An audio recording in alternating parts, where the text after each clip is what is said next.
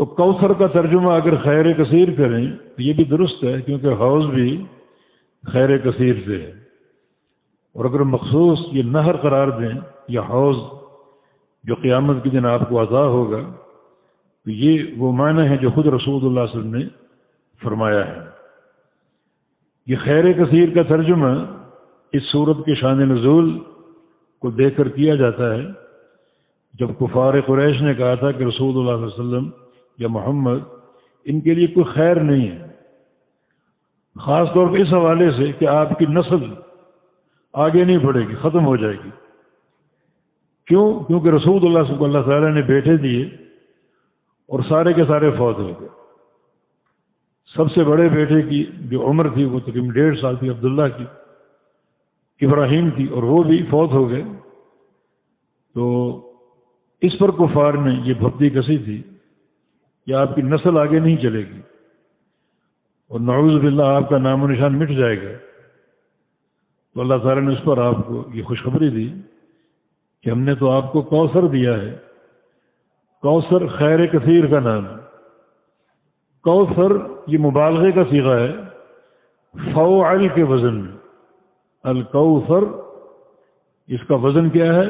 فوعل، اور فوعل مبالغے کا صیغہ ہے جس میں کسی بھی شے کی کثرت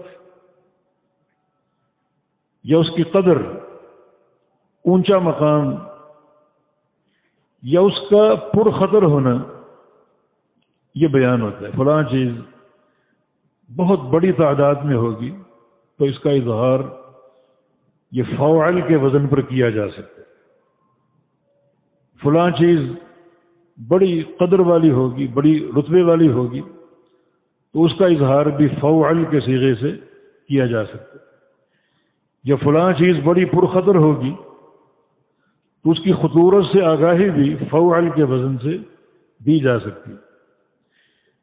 جہر کا معنی اونچائی یا ایک چیز کا اظہار، اور جوہر کا معنی بہت زیادہ اظہار۔